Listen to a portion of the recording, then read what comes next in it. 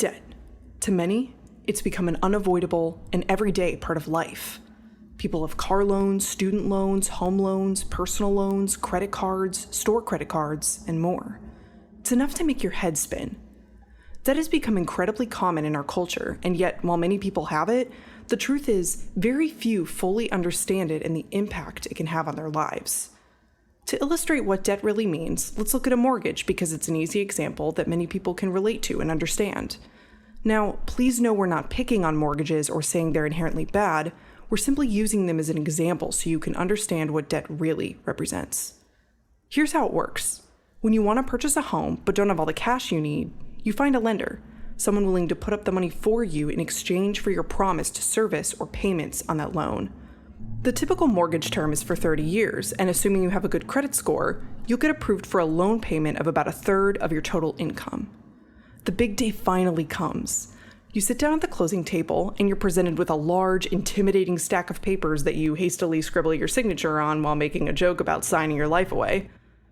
But what most people don't realize is that that joke carries with it a tremendous amount of truth.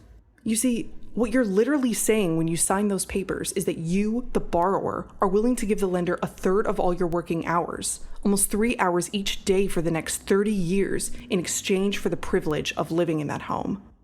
Said another way, you're working almost 2 full days every week just to pay your mortgage. Now, combine that with everything else you owe. Each week, you spend 2 days working for the bank that gave you your mortgage, the next day working for the government, a day working for the lender for your car, your credit card, and student loans, and before long, you wake up every morning stressed, unfulfilled, and wondering how you got here and when you get to enjoy life. You've traded away your time, and therefore your life, for the current enjoyment of something you really couldn't afford. And as long as you continue to borrow from tomorrow to pay for today, you'll never become free. When you understand this, you might decide to live debt-free, you might decide not to.